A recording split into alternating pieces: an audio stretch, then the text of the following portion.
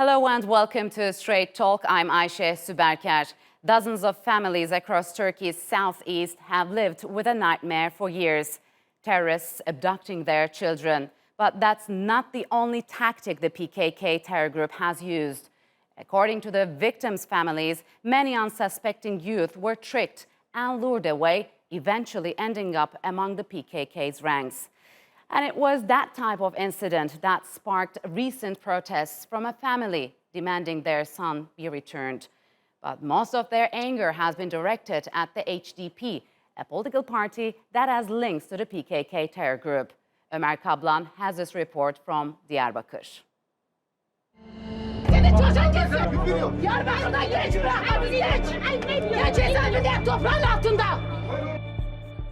Songül Altıntaş has heard from her son only once in the past 4 years. He was a soldier who Altıntaş says was abducted by the PKK terror group in 2015 while on duty in Turkey's eastern city of Tunceli. The only communication they've had since is a letter posted to her in 2016, in which he told her mother that he was in the Kandil Mountains, fighting alongside members of the terror group. My son was a soldier. He was being deployed to a new location, and they intercepted his bus and kidnapped him, along with another soldier. Since then, we've been trying to get information about him, but we have had enough. If the PKK doesn't give my child back, they can take my life right now. Altıntaş is one of several mothers who have now decided to come out and protest for their missing children. And they've gathered outside the office of the HDP, a political party long accused by the Turkish government of having close links to the PKK. The party, which has representation in the Turkish parliament, denies these accusations. Kurdish families protesting outside the HDP's office in Diyarbakır are demanding the return of their children. In the past, families refrained from challenging the PKK because of threats posed by the terror group and its affiliates. Saliha Edizar has travelled from Istanbul to join the protest. She says her son was a high school student when he went missing back in 2015. I don't fear the PKK terror group anymore. This is the first time I'm protesting against them. I want my son back. My son Yakup was kidnapped by the HDP in 2015 and sent to the mountains to fight for the PKK. He was 14 years old when he was kidnapped. He was volunteering with the HDP and disappeared one day when he was out on an excursion with HDP members. The PKK is listed as a terrorist organization by Turkey, the United States, and the European Union. An estimated 40,000 people have lost their lives since the terror group began fighting the Turkish state in 1984. Independent rights groups have accused the PKK and its allies of recruiting child soldiers and other war crimes. Why are people protesting in front of the HDP and not another political party? This shows you an organic connection between the party and the PKK. And when you look at the statement from the families, most of them say that the last place their children were seen was either at the HDP office or were with HDP members. The protest in Diyarbakır was triggered last month when Hajira Akar staged a sit-in outside the HDP's office to demand the release of her son, who had gone missing a few days before. And surveillance footage showed that he was last seen at the party's office. Her son was recovered a few days later, and that encouraged more and more families to raise their voice in the hope that they too will be united with their children soon. Ömer Kablan, Straight Talk, Diyarbakır. And joining me now is Yusuf Alabarda, who is a retired Turkish Army colonel and a defense analyst, and Hasan Ünal, who is the chair of the Political Science and International Relations Department at Maltepe University. Gentlemen, welcome to Straight Talk. It's good to have you here. The number of families protesting the HDP in Diyarbakir is rising. They demand their children abducted by the PKK returned home safely. Hassan, what will these protests lead to?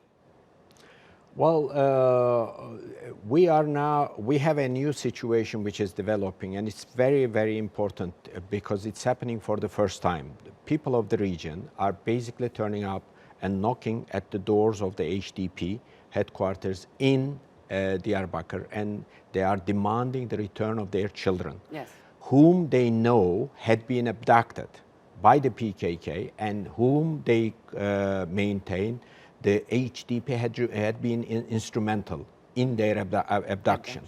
So what it is, what it might lead to in terms of its consequences, as well as the repercussions across the region and across Turkey, and within the PKK. Exactly. Might well be interesting to say the least, because it's happening for the first time. Now, what it shows us clearly, what it demonstrates is that once the Turkish state basically establishes its full control in the region and across Turkey and fights terrorism in the way it deserves, then it certainly eradicates it eradicates the fear of the PKK, not only physically in the streets and across the towns and what have you, but also from the minds of the people. People basically change their attitude towards the state. One of the things, one of the leading women basically, when she started knocking on the door and saying, "Give me my son back," she said two things. One is that so much for your Kurdistan cause. Okay, I'm not part of it anymore. Enough is enough, she said. Enough is enough. Okay. And the second thing is, she said, I have, she must have mentioned her age and then saying, I'm a grown-up woman with so many children and all that. The Turkish state has never discriminated against me. That's very important. What is all this for? There are also countless bitter for? stories of Kurdish children, and the abduction of children is a widely used method for these terror organizations. Just recently, UN Secretary General Guterres told the UN Security Council that PKK's offshoot, YPG, has recruited over 313 children and used schools as military training posts. So, Yusuf, how serious is the problem, and what can be done for these children if they return home safely? Yeah. Especially when the Turkish military changed its doctrine as a preventive strategy in 2015 and later. I can say that PKK lost lots of its members. For this reason, PKK is using the child soldiers in especially Middle East, in Syria, in Iraq, and in some parts of the Turkey very widely. And that is a very huge crime, as we know. According to the statistics, now the PKK is using an average age of 16 to 20, especially when it comes to the daughters of the moms, which is protesting in front of the HDB building, has an average of 16, 17 years old females and women inside the terrorist organization. What might be done? This is very important part. This should be also create awareness not only in the United Nations but also non-governmental organizations, International Amnesty, and also there should be someone who is the speaking mouth of these innocent children. But when it comes to the reality, we can see that especially inside the YPG forces inside Syria, we can see that they are being marketized also by the Central Commandment of the United States as the ISIS fighters of the YPG. Yeah, we also know that YPG leader, this Shahin Cilo, also known as Mazlum Kobane, he is also himself a child soldier. Yeah. Let's remember that. So, Hassan, Turkey came face to face with this so-called trench warfare in 2015, and then came the Operation Olive Branch into Afrin. There were two actually important turning points. What do you think? Did it change Kurdish people's perception of the PKK and its affiliates, and that this armed struggle is already lost? Well, I think so. Well, as I pointed out earlier, once the PKK was in place across the region, acting like the state itself. Don't forget, for instance, I think it was in 2014, there was a similar protest by the people of the region who were saying, for instance, our children had been abducted and this party had been instrumental in their abduction and we want them back. At the time, because of the policies the Turkish government was still pursuing, first of all, the PKK was quite powerful at the time, so nothing could be done. But now, as part of this military fight against the PKK since 2015, and also Turkey's determination to fight the PKK's offshoot in Syria, now this fear has been wiped off. Yes. It is not only diminished, perhaps even wiped off, basically, from the minds of the people. This is important. This is very important. According to the latest figures, PKK seems militarily to be on the brink of a defeat. We can say that. What kind of tactics have been used and how we got here? Okay. Especially after the Turkish armed forces changed its doctrine to a preventive strategy, we can say that, as Mr. Hassan said, it has been wiped off by the Turkish armed forces. Why?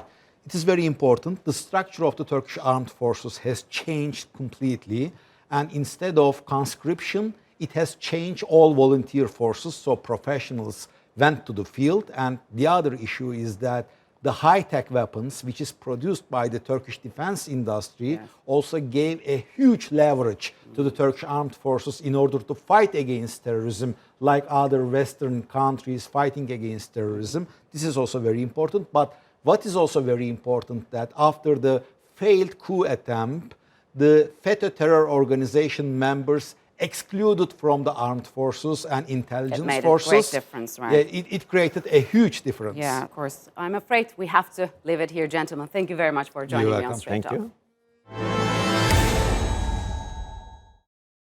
Just 3 years ago, it would have been almost unthinkable that tens of millions of tourists would be flocking to Turkey.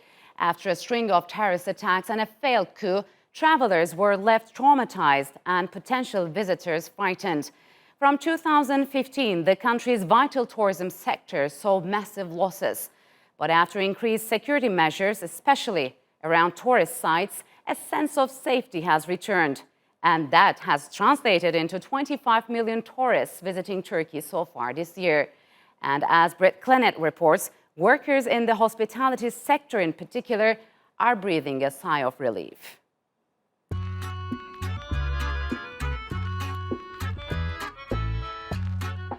It's lunchtime in Istanbul's most famous tourist district, and Sultanahmet Köftecisi is abuzz with foreign travellers looking for a taste of local cuisine. Mert Tezcekin, who is the fourth generation of his family to run the restaurant, is not complaining. All the restaurants here are happy about it, and we are also happy about it. And for the last 3 years, there was only tourists from a certain parts of the world, like Saudi Arabia, but this year tourists from Europe and Far East is increased also, so we are also happy about it. And Mert says peak season is becoming longer. Normally the summer is the better time for tourism in here, but lately it's becoming an all year around thing, and I think this year they will keep coming in the winter. Mert is one of many in Turkey's tourism sector who are reaping the benefits of a boost in foreign travellers. In fact, Turkey welcomed almost 25 million tourists in the first 7 months of this year. That's up 14% from last year. Istanbul remained Turkey's top destination, attracting 34% of visitors, around 8.4 million. It's kind of historical showroom of the world.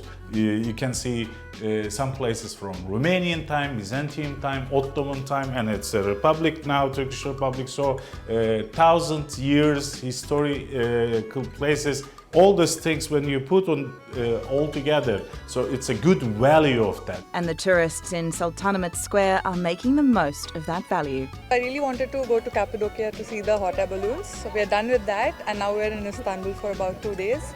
I was really looking forward to the Blue Mosque, and it was beautiful. For me, it's the history actually.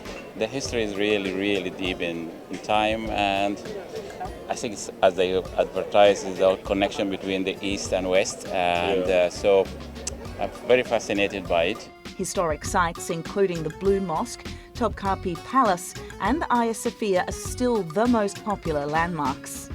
The Hagia Sophia is around 1,500 years old and considered one of the finest examples of Byzantine architecture in the world.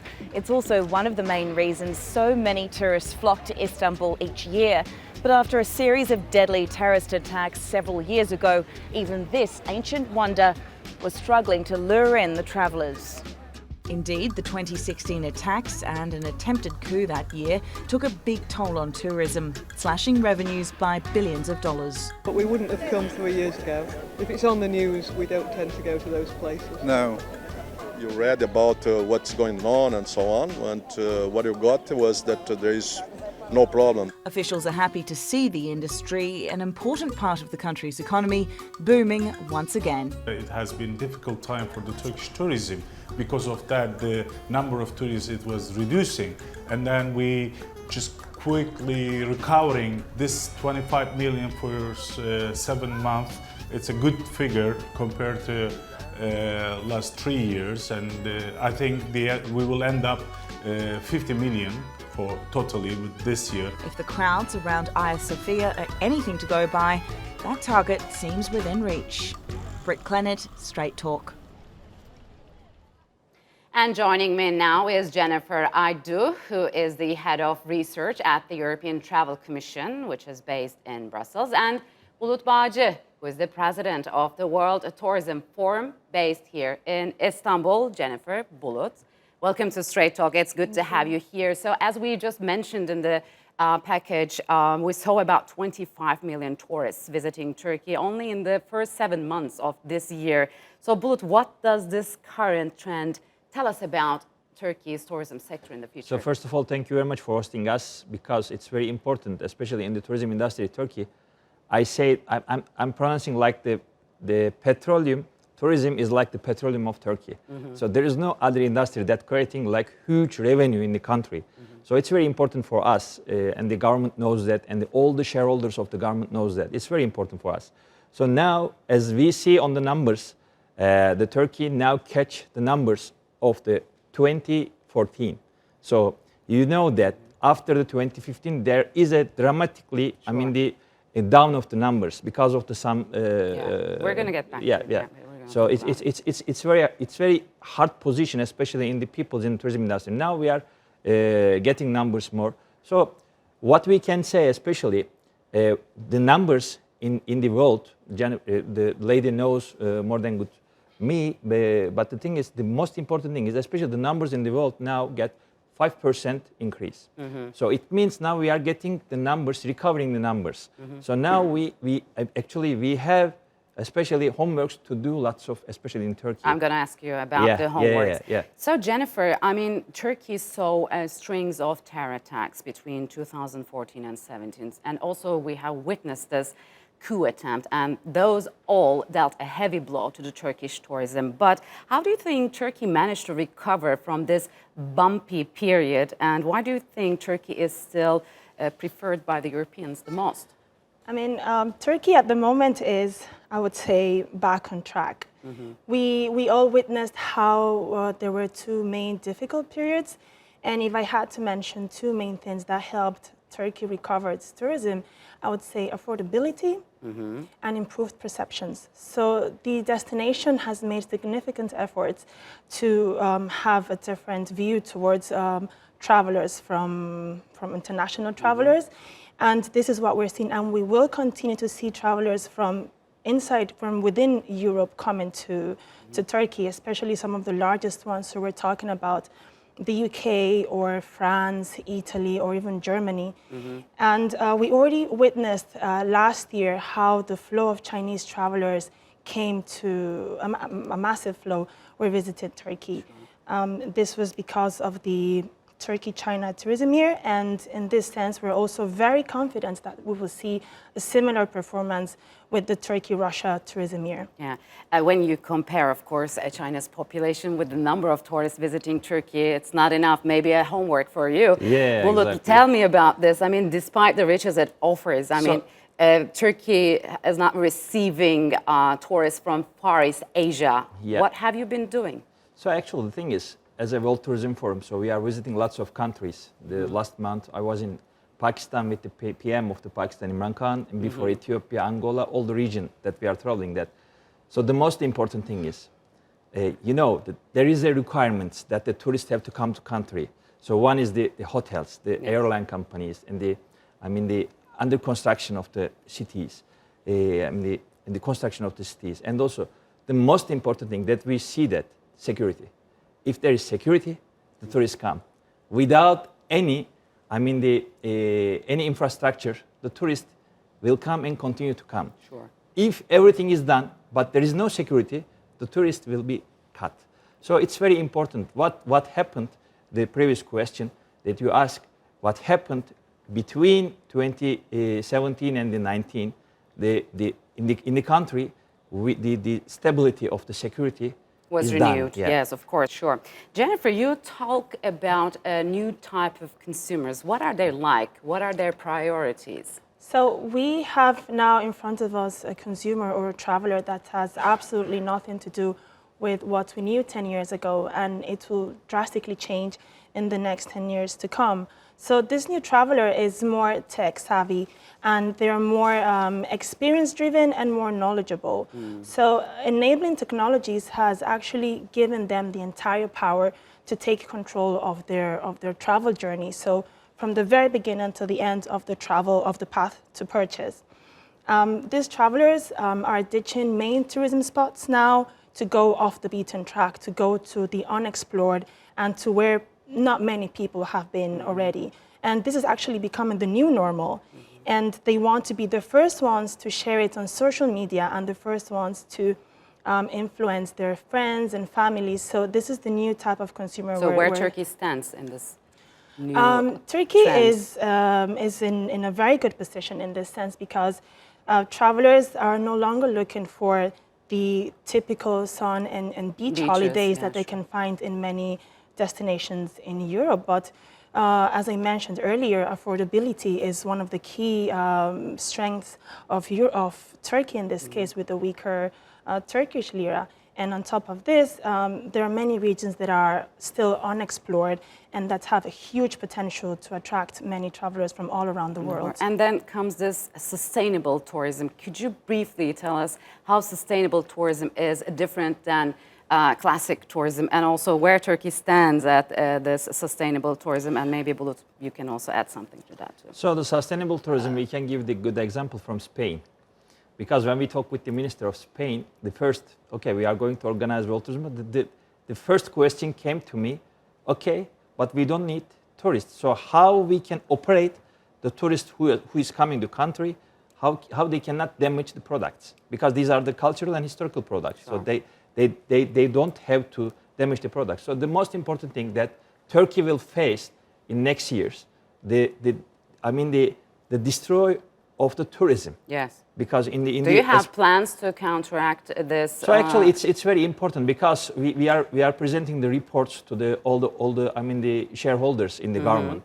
But the most important thing is it's very important, especially all the coastal areas. It's very important because when you are building a new construction, it's creating a huge damage in the environment. Yeah, sure. Jennifer, so what are the dangers before this sustainable tourism? Is it achieved? There are many plans, so sustainability has become right now a top priority for many destinations. Everybody wants to implement sustainable tourism practices and promote sustainable destinations. We also have travelers that are more conscious about sustainability issues and climate change. And the most important thing here is how to close the gap between what our objectives are, where we want to be in terms of sustainability, and the reality, exactly, and what destinations are actually doing to address climate change, for example, and be at the top of all sustainability-related issues. Yeah, okay. So I think we're out of time. Jennifer Bulut, thank you very much for joining me on Straight Talk. I appreciate it a lot. Thanks.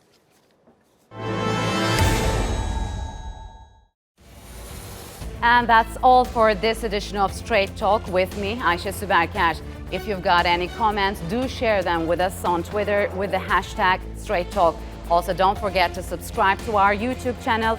Until next time, take care and goodbye.